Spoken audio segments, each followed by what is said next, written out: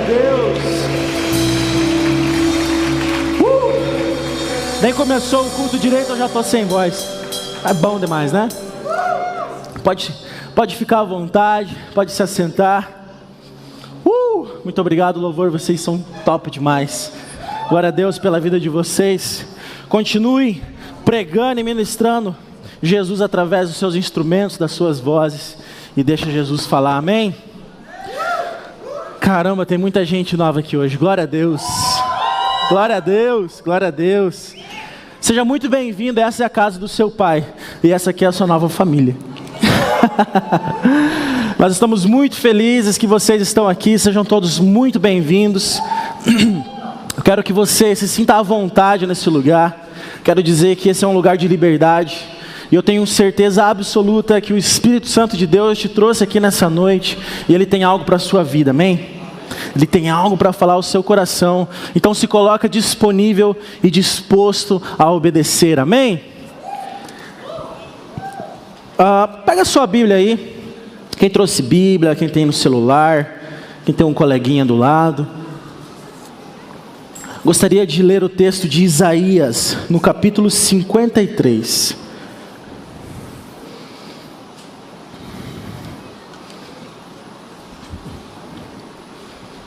Gabriel.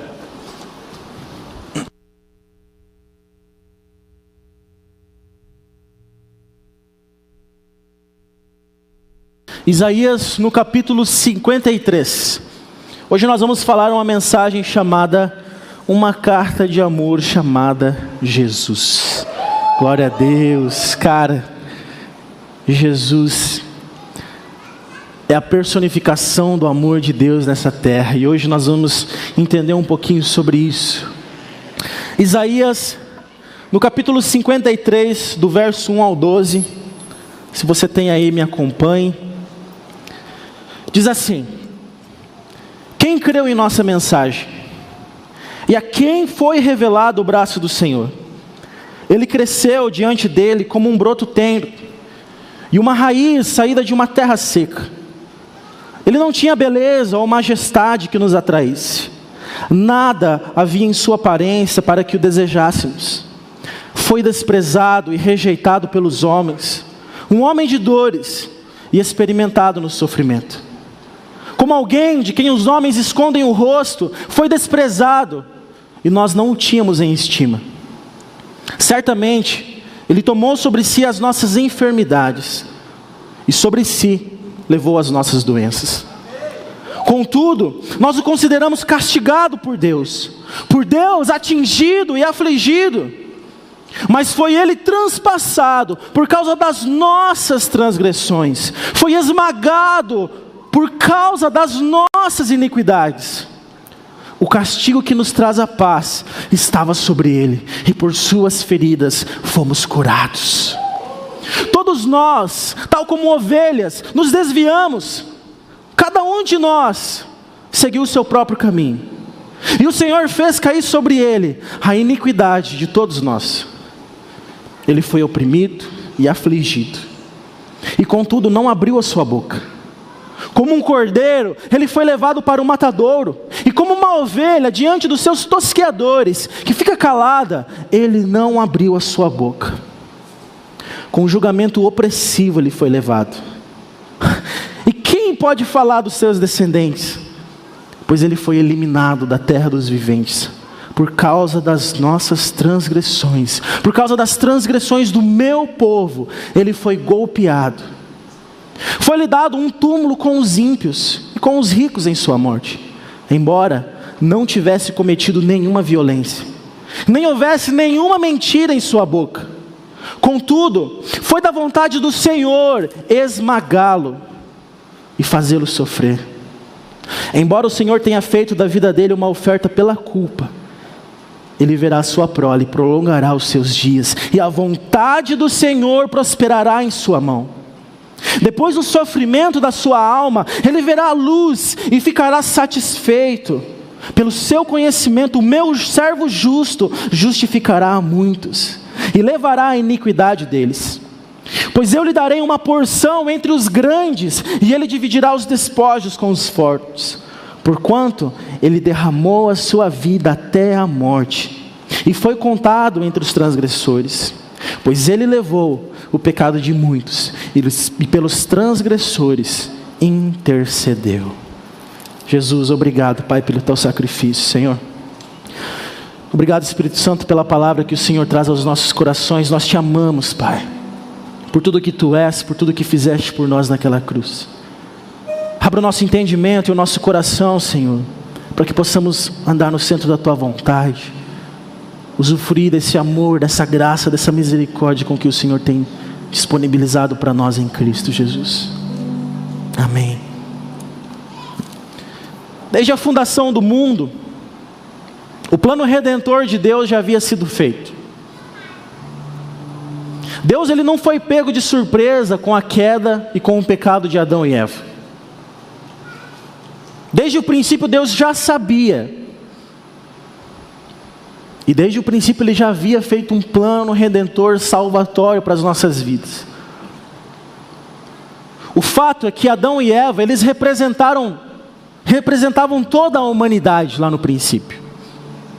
Muitas vezes a gente se questiona, cara, o que eu tenho a ver com Adão e Eva? Por que eu tenho que colher aquilo que eles fizeram? E o fato é que Adão e Eva, eles representavam toda a humanidade. E porque eles pecaram, todos nós pecamos. Romanos no capítulo 5, verso 12, diz exatamente isso. Que por um pecado, por um homem, o pecado entrou no mundo. E porque um pecou, todos pecaram. Infelizmente, a semente do pecado, a semente da injustiça, foi plantada no nosso coração. Eu quero que você entenda que nós fomos criados para viver em uma comunhão com Deus. Você consegue entender isso? Deus, ele não criou o homem para ir para o inferno. Deus, ele criou o homem, a sua imagem e a sua semelhança, e deu a ele o poder de escolha, para escolher ou não, obedecer ou não à vontade de Deus. Mas infelizmente, o homem preferiu desobedecer à vontade de Deus. E aquela comunhão que nós tínhamos com Deus, aquela comunhão de olhar Deus face a face, foi rompida. E a palavra de Deus diz que o salário do pecado é a morte. E a morte veio a todos nós. Primeiramente a morte espiritual, pois nós fomos cortados da fonte de vida, que era o próprio Deus. Segundo, nós tivemos uma morte no nosso coração, porque o nosso coração se tornou enganoso, mentiroso e totalmente voltado para aquilo que desagrada ao Senhor. Todo sentimento de orgulho, toda a raiz de orgulho que há dentro de nós, ela gera vários frutos: a mentira, a desobediência, a inveja, a falta de domínio próprio, a vontade absurda de ser atraído justamente por aquilo que desagrada o coração de Deus. E nós costumamos dizer que tudo aquilo que é proibido é melhor. E o fato é que desde o princípio Deus estava querendo nos ensinar a escolher a vontade de Deus, porque Deus tem uma vontade que é boa, perfeita e agradável a cada um de nós. Quando Deus disse: olha, eu vou colocar diante de vocês essa árvore, mas não coma desse fruto, não é que Deus estava tentando o homem, porque a Bíblia diz que Deus não pode tentar ninguém, e por ninguém é tentado. Mas acontece que Deus deu o livre-arbítrio para o homem, e a opção de escolha, e Ele disse: ei, se você for por esse caminho, é um caminho de morte, mas ei, eu apresento diante de você um caminho de vida. Me obedeça. Me obedeça não por obrigação. Ei, muitas vezes nós vamos para a igreja com o pensamento de que, cara, eu vou escolher uma igreja onde não tenha tantas regrinhas. Aí alguém te chama para a igreja e você diz assim: tá, mas o que pode e o que não pode na sua igreja? Eu posso usar calça? Posso usar maquiagem? Posso assistir Netflix? E a gente fica com um monte de pode e não pode. Cara, Jesus só quer ter um relacionamento com você. Ei, não tem nada a ver com pode e não pode, tem a ver com um estilo de vida, entendeu? Um estilo de vida de comunhão com o Senhor. Jesus, ele não quer um monte de cristão um monte de evangélico. Jesus quer um monte de filhos, que o ama como pai, que o deseja. Só que o homem pecou, o homem caiu, o homem escolheu desobedecer a Deus. Cara, você tem noção disso? E muitas vezes nós queremos colocar como julgadores, como juízes de Adão e Eva. Não, mas se eu tivesse lá, cara, não teria sido isso. Cara, olha, de verdade, se um dia eu chegar no céu e eu ver Adão e Eva, nós vamos fazer uma rola de jiu-jitsu lá, porque não pode. Vamos fazer um X1 de Muay Thai lá, para a gente resolver esse negócio aí. E na verdade, cara, muitas vezes a gente nega Jesus e nega o Senhor todos os dias, nas escolhas diárias da nossa vida. Muitas vezes nós fazemos as mesmas escolhas de Adão e Eva e a gente não percebe. E o Espírito Santo está dizendo: ei, eu quero ter um relacionamento com você. Só que nós estamos separados da glória de Deus. Nós estamos mortos em nossos delitos e pecados. E não há nada do que nós possamos fazer para religar isso diante de nós. Essa comunhão que nós perdemos diante de Deus. Só há um caminho. E esse caminho está lá em João 3,16. Eu gostaria que você lesse comigo. João no capítulo 3, no verso 16, acaba se tornando um pouco clichê esse versículo, mas se você ler com todo entendimento, você vai ver que é a maior carta de amor de Deus para o homem. João 3,16. Porque Deus tanto amou o mundo, que deu o seu Filho unigênito, para que todo aquele que nele crê não pereça, mas tenha a vida eterna.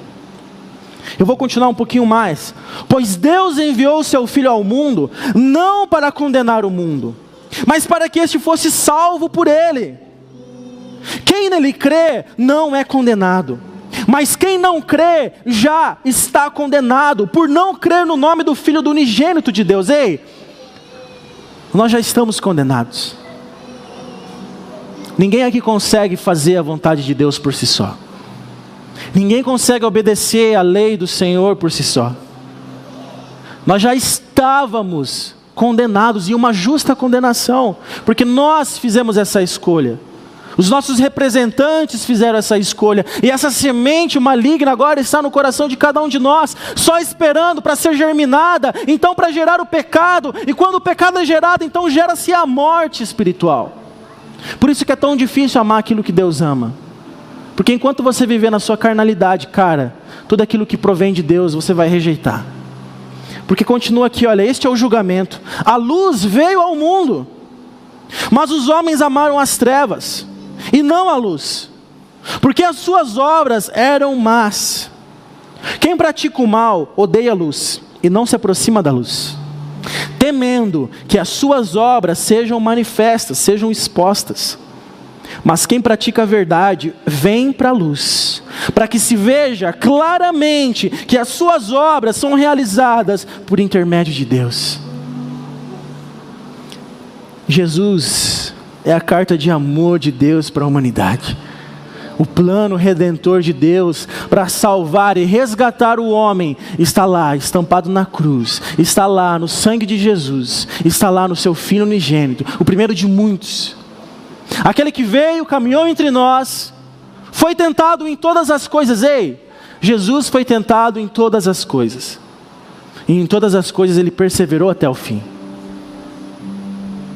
O Rei da Glória, o Senhor dos Senhores, aquele que estava no início de tudo, desce, se torna um ser humano como você e eu, para falar a nossa mesma língua, para dizer: filho, eu sei exatamente o que você está sentindo. Eu também passei pelo luto, também perdi o meu pai, eu também fui rejeitado, eu também fui enganado, fui traído, eu também fui marginalizado, ei, eu também fui acosado pelos religiosos. Os religiosos apontaram o dedo para a minha cara. Então não tem nada do que você chegue diante de Jesus e fala assim: Jesus, o Senhor vai entender mesmo isso? Sim, Ele entende. Ele sabe exatamente o que você passa, Ele sabe exatamente do que você precisa. Foi para isso que Ele caminhou entre nós. E em todas as coisas Ele foi tentado, Mas em todas as coisas Ele venceu, para nos mostrar, o coração de Deus por trás da palavra.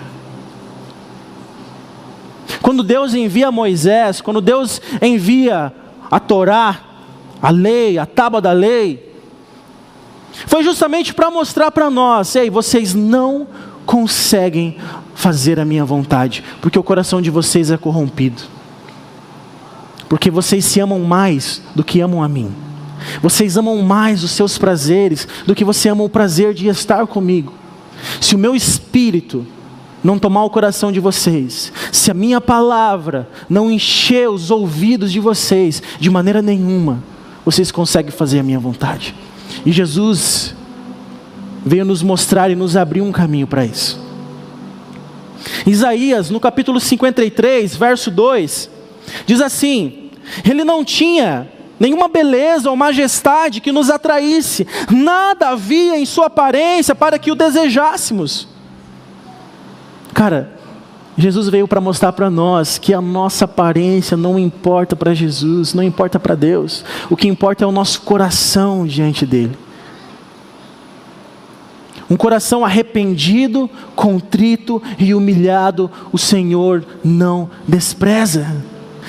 Não existe pecado que o sangue de Jesus não possa perdoar. Se você está arrependido, se você quer, Senhor, eu quero essa comunhão de novo, eu quero viver isso, eu quero amar isso, eu quero amar aquilo que tu amas.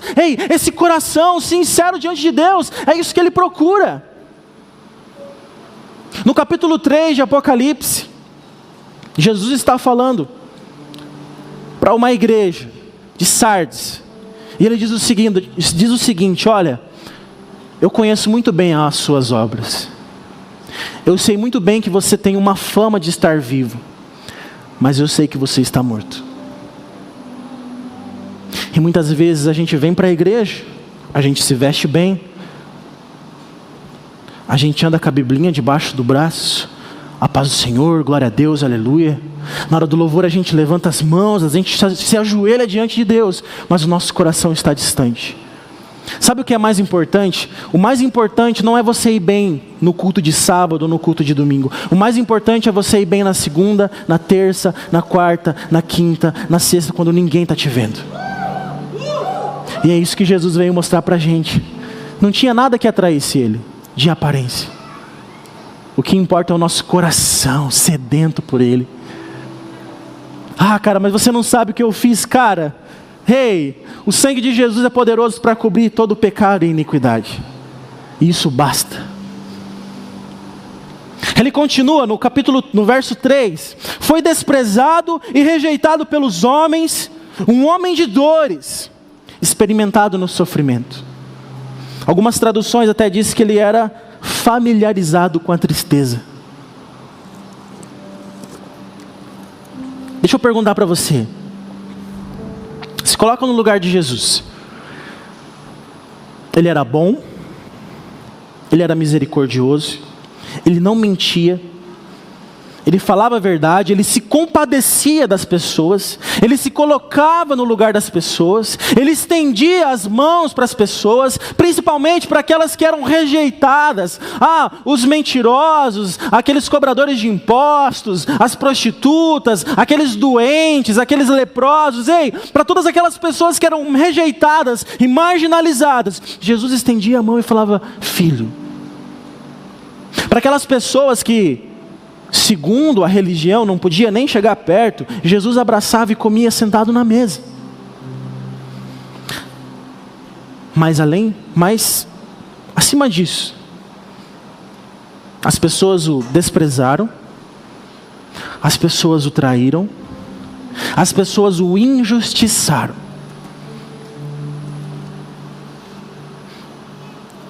Para mostrar para você e para mim que hoje nós somos aceitos, acolhidos, compreendidos e amados por Deus. Ele foi um homem de dores, para que eu e você fôssemos chamados filhos sarados e curados. Ele era familiarizado com a tristeza, para que você e eu pudéssemos ser chamados de povo mais feliz dessa terra. Por causa do amor de Jesus. Cara, se isso não mexe com você, uau! No verso 4 ao 7 diz assim: certamente Ele tomou sobre si as nossas enfermidades, e sobre si Ele levou as nossas doenças. Contudo, nós consideramos castigado por Deus. Cara, não é possível um cara sofrer desse jeito. Com certeza ele fez alguma coisa de errado. Esse Jesus, ele deve ser um mentiroso, deve ser um blasfemo. Era assim que as pessoas olhavam para Jesus. Por Deus atingido e afligido. Mas Ele foi traspassado por causa das nossas transgressões. Foi esmagado por causa das nossas iniquidades. O castigo que nos traz a paz estava sobre Ele, e pelas suas feridas nós fomos sarados. No verso 7 ele diz: olha, Ele foi oprimido e afligido, contudo não abriu a sua boca.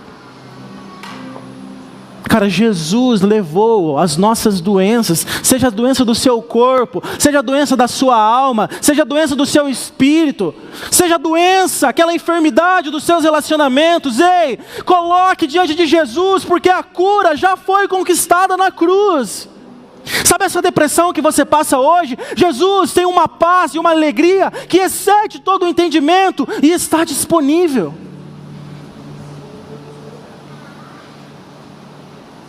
Ah, mas eu fui injustiçado. Ei, foi tudo depositado nele. A nossa dívida diante do Senhor estava depositado nele.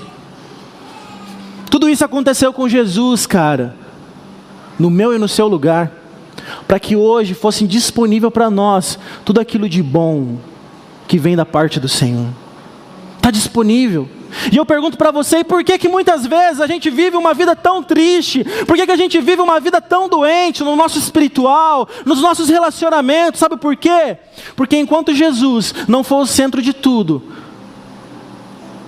tudo que não é Jesus vai consumir você. Se você colocar o seu relacionamento amoroso no centro da tua vontade, e esse relacionamento se tornar um relacionamento principal para você, a coisa mais importante, você pode ter certeza que isso vai te destruir. Se você coloca o seu trabalho como a coisa mais importante da sua vida, você pode ter certeza que isso vai sugar a sua alma, o seu tempo, a sua família, a sua alegria.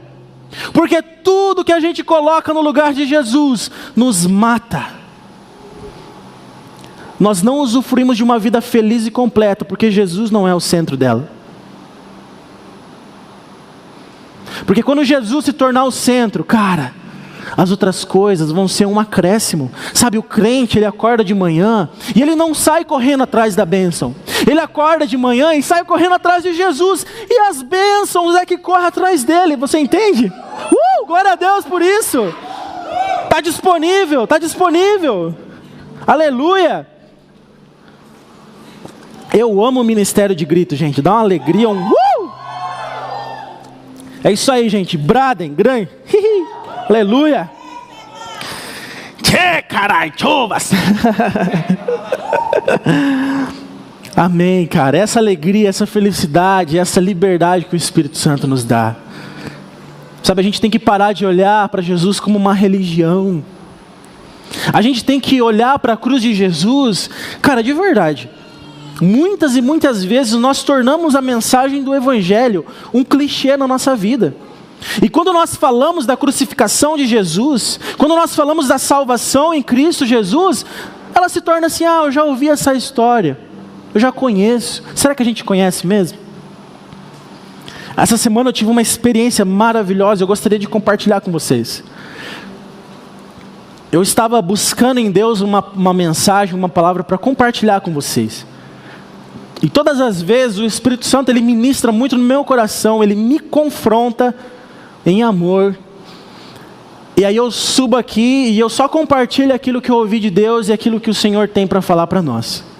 E essa semana não foi diferente. Eu orei, eu busquei ao Senhor, falei: Senhor, o que o Senhor quer falar para os jovens que vão estar lá, sábado à noite, no F5, na Igreja Verdade que Liberta? O que o Senhor quer falar para nós, Pai? E cara, Ele não falou nada. Passou sábado, passou domingo, passou segunda e nada.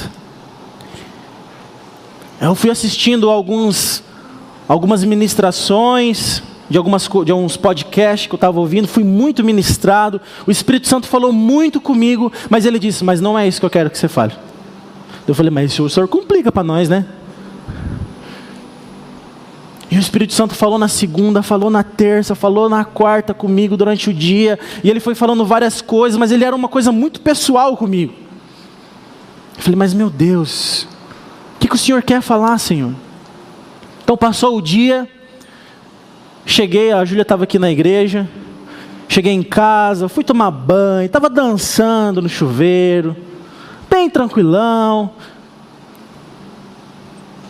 Aí terminei as coisas, eu falei, cara, agora eu vou sentar para escrever. Nada. Aí eu fui fazer janta, que eu sou o cara que cozinha. Maridos, honrem as suas esposas. E aí fui cozinhar, enquanto eu cozinhava, fui ouvindo umas músicas e tal. Aí eu sentei na frente do computador. E assim, cara, de verdade, eu não estava espiritualizado. Agora eu vou sentar e entrar no modo Jedi, onde o Senhor vai trazer uma mensagem do céu. Não, eu simplesmente, estava normal, cara. E aí ouvindo as músicas, de repente eu ouvi uma música e eu ouvi uma frase. O castigo que nos traz a paz estava sobre ele. Eu falei, cara, isso é Isaías 53, cara. Vou ler esse versículo. Quando eu abri, eu não consegui terminar o primeiro versículo. Eu já estava chorando, que eu não conseguia parar de chorar.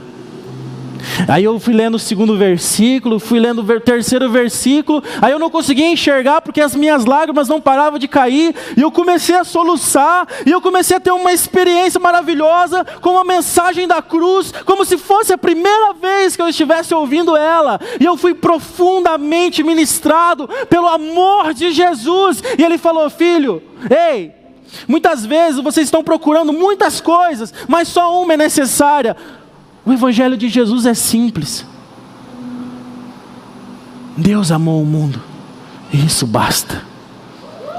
Nós somos amados, fomos salvos por um preço de sangue naquela cruz, lavados e remidos pelo sangue de Jesus. O castigo que nos traz a paz foi depositado em Jesus. Deus transformou Jesus no lixeiro da terra, para que quando ele olhasse para a cruz, ele não estava vendo o seu filho amado, ele estava vendo cada um de nós, os nossos pecados, as nossas transgressões, que nós não podíamos pagar diante dele. E a Bíblia fala que o Senhor se agradou em moê-lo na cruz. O Senhor agradou esmagar Jesus naquela cruz, porque ele estava olhando para mim e para você, para o nosso pecado, para a nossa desobediência, para o nosso orgulho, para que o sangue de Jesus nos lavasse e nos transformasse, para que hoje, quando Deus olha para mim e para você, Ele vê a face de Jesus, o seu Filho amado, unigênito, puro, santo em nós. Você pode glorificar o nome de Jesus? Aleluia! E eu comecei a chorar desesperadamente. E eu passei a noite lendo esse capítulo, chorando e agradecendo, chorando e agradecendo, chorando e agradecendo. E eu falei, Senhor, eu entendi. Eu entendi. A gente precisa entender o amor de Deus na plenitude que Ele é. Nós precisamos entender o sacrifício da cruz. Cara, eu acho que a gente não tem noção do quanto a gente é amado por Deus. E a Bíblia diz que quem muito é perdoado, muito ama. E sabe qual é o nosso maior problema? E o Espírito Santo ministra isso no meu coração. É que a gente não entende os nossos pecados, o peso da nossa iniquidade. Por isso que a gente não ama muito. Quando nós somos confrontados pelo Espírito Santo, quando nós somos confrontados pela palavra, Ele quer mostrar para nós que o pecado traz consequência. Ei, não é pecar aqui e pedir perdão depois. Isso não é arrependimento, isso é remorso. E a Bíblia fala que um coração arrependido o Senhor não despreza.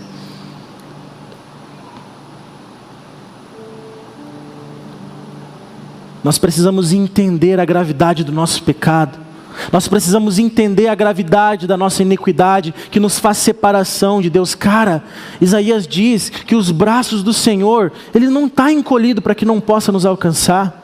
E os ouvidos do Senhor não está surdo para ouvir as nossas preces, mas os nossos pecados e as nossas transgressões levantam um muro diante de nós e Deus, e nos faz separação de Deus. Esse é o pecado. E o sangue de Jesus vem para quebrar isso no meio e abrir caminho de novo. Essa é a mensagem da cruz. No verso 10, ele diz assim: olha, contudo, foi da vontade do Senhor esmagá-lo e fazê-lo sofrer. E embora o Senhor tenha feito da vida dele uma oferta pela culpa, ele verá a sua prole, ou seja, o fruto do seu trabalho, e prolongará os seus dias. E a vontade do Senhor prosperará em sua mão. Nós fomos resgatados por Jesus na cruz.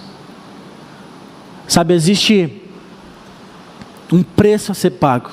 O pecado tem consequência. E o salário do pecado é a... Então o pecado é uma coisa séria. E a nossa dívida é diante de Deus, não era diante do diabo. E não há nada, cara, não há, você não pode, não importa a roupa que você vista, não importa quantas vezes na semana você venha para a igreja, não importa quantas ministrações você ouça, não importa se você é formado em teologia, se você entende muito bem da palavra, da letra pela letra, se o teu coração não estiver em comunhão com o Senhor, é possível você viver uma vida inteira dentro da igreja e ainda passar uma eternidade longe de Deus. Porque Deus não conhece teólogo, Deus conhece filhos. Deus não conhece pastores, ministros, pregadores, evangelistas. Deus conhece filhos que o amam em espírito e em verdade. E é esse amor que o Senhor quer resgatar em nós. Muitas vezes a gente está tão cegado e a gente não consegue sentir isso. E cara, está tudo bem, porque não vem de nós, vem de Deus. Nós precisamos entender essa cruz, aceitar essa cruz e dizer: Senhor, por mais que eu não sinta nada agora, Senhor, abra o meu coração, eis-me aqui. Senhor, eu não consigo amar tanto o Senhor assim, mas eis-me aqui. Senhor, eu não consigo te obedecer tanto, mas eis-me aqui. É esse o coração que o Senhor quer. Não importa o que façamos, cara, nada pode comprar a salvação, nem dinheiro, nem posses, nem cargos na igreja, nada disso importa diante do Senhor. Isso é uma consequência, gente. O ministério é maravilhoso. Quem serve em ministério aqui? É bom servir, né, gente? Cara, a gente serve a Deus servindo as pessoas. E o ministério é uma forma de ser, vamos lá, gente, igual na escolinha, de ser. Cara, servir é maravilhoso, é o que Jesus nos ensina. Mas se a gente colocar o ministério, por exemplo, como a coisa mais importante, isso vai ser pedra de tropeço para nós. Jesus tem que ser o centro de tudo. Glória a Deus por isso. No verso 11 e 12 diz assim: depois do sofrimento da sua alma, ele verá a luz e ficará satisfeito.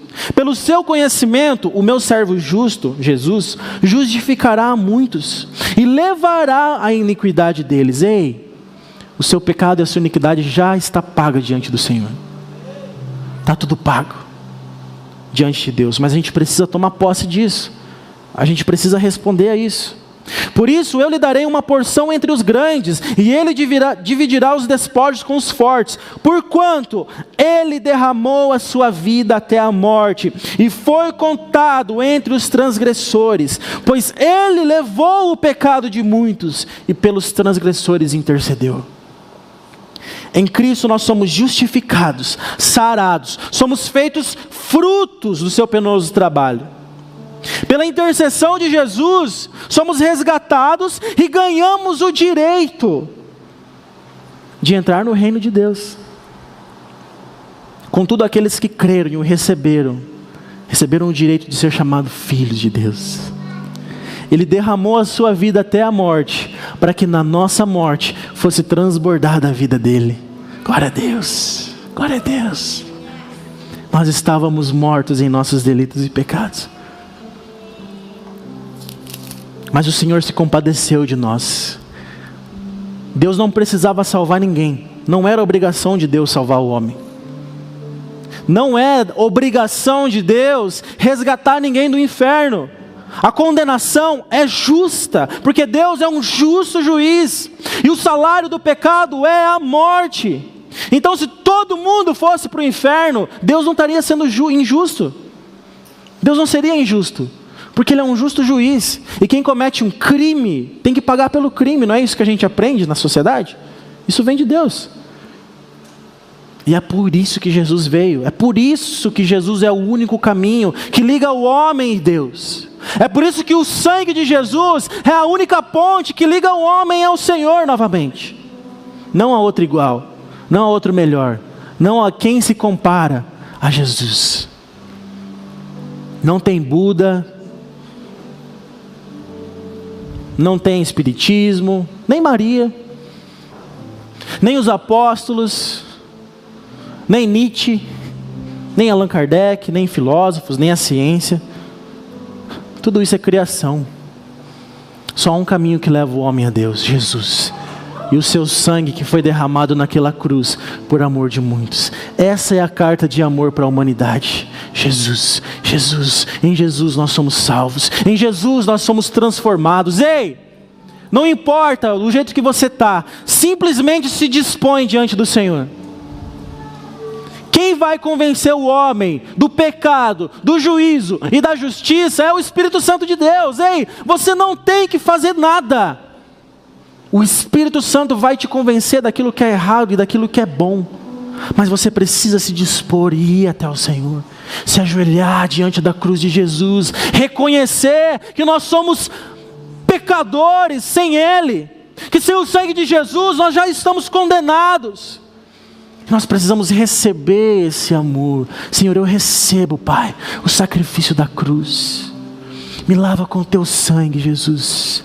Coloque em mim o teu Espírito, porque Gálatas 5 fala que é o Senhor quem vai produzir em mim os frutos que vai agradar ao Senhor. Então, Senhor, o meu único papel é aceitar, é me dispor e reconhecer que eu sou um pecador, mas que em Ti eu sou tornado filho.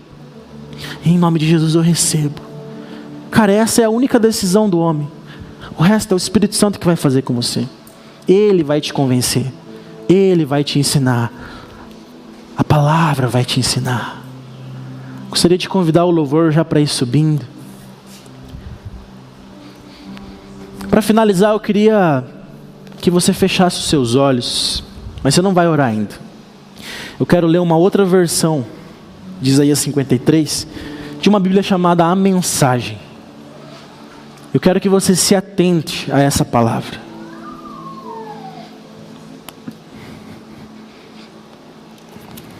Feche os seus olhos. Espírito Santo, abra os nossos corações, Senhor. Abra nossa mente, Espírito Santo. Eis-nos aqui. Quem creu no que pregamos? No que ouvimos e vimos? Quem poderia ter imaginado que o poder libertador do Eterno seria assim? O servo cresceu diante de Deus, uma mudinha mirrada, uma planta atrofiada num campo ressecado. Não havia nada de atraente nele, nada que nos levasse a olhá-lo com atenção. Ele foi desprezado e ignorado. Um homem que sofreu, que reconheceu a dor por experiência própria. Bastava olhar para ele e as pessoas se afastavam. Nós olhamos para ele com desprezo, pensamos que era uma escória, mas o fato é que ele levou as nossas doenças, nossas deformidades, tudo que há de errado em nós. Pensamos que ele era culpado de tudo isso, que Deus o estava castigando por sua culpa, mas foram os nossos pecados que caíram sobre ele, que o feriram, dilaceraram e o esmagaram, os nossos pecados. Ele recebeu o castigo e isso nos restaurou. Por meio das feridas dele somos curados. Nós somos como ovelhas que se desviaram e se perderam. Cada um de nós fez o que quis. Cada um de nós escolheu o seu próprio caminho. E sobre ele, o Eterno descarregou todos os nossos pecados. Tudo que fizemos de errado. Ele foi afligido e torturado, mas não disse uma única palavra. Como uma ovelha que é levada ao matadouro, o cordeiro para ser tosqueado, ele aceitou tudo em silêncio. A justiça falhou e ele foi levado. Alguém de fato sabia o que estava acontecendo? Ele morreu sem pensar no próprio bem-estar. Golpeado e sangrado pelos nossos pecados, pelos pecados do meu povo. Eles o sepultaram com os maus e o jogaram num túmulo com os ricos, embora nunca tivesse feito mal a ninguém, ou dito uma palavra que não fosse verdadeira. Mas era o que o Eterno tinha em mente desde o início: esmagá-lo com sofrimento.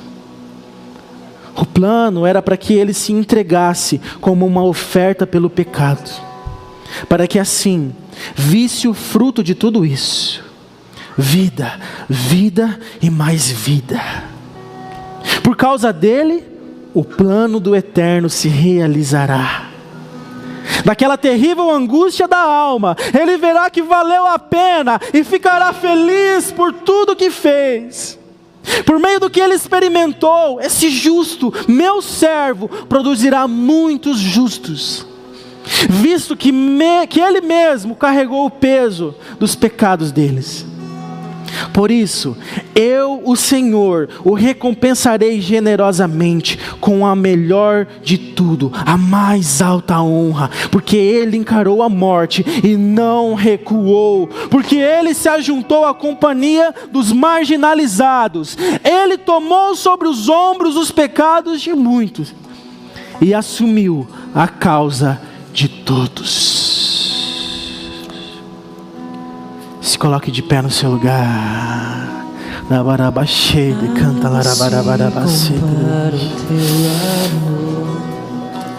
Qual que é o nosso papel diante disso tudo?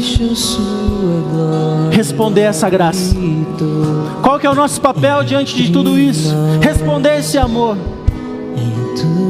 A primeira e mais importante decisão é aceitar Jesus, reconhecer Jesus como nosso único e suficiente Salvador. Essa é a mais importante decisão de todas as nossas vidas.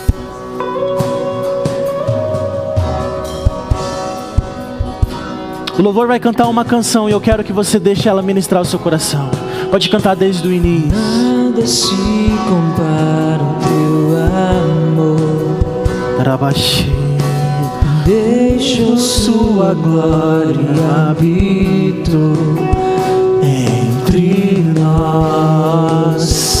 E tudo foi tentado, levou sobre si nossas dores. Sim, Jesus. Foi moído por nossos pecados, por seu sangue. Nós somos sarados.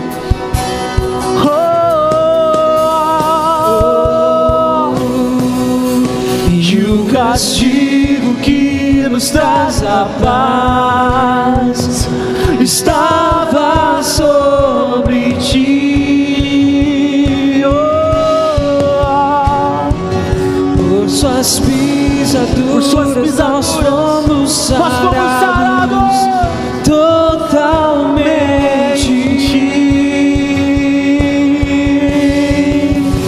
Não há amor igual, Jesus, tu és real, és o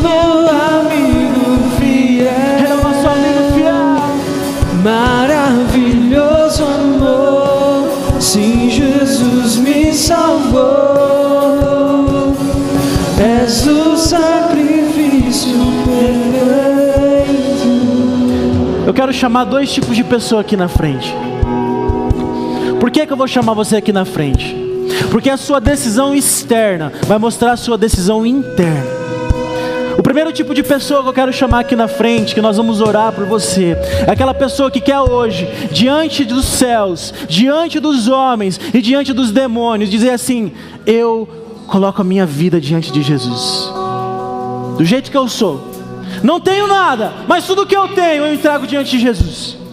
O que eu tenho é um coração pecador, um coração orgulhoso, um coração mau, mas tudo que eu tenho eu entrego, porque eu quero. Eu digo sim para essa graça, eu digo sim para o amor de Jesus. Eu quero chamar você aqui na frente, você que quer entregar a sua vida para Jesus, você que quer tomar essa decisão. A nossa equipe vai orar por você. Pode vir aqui na frente.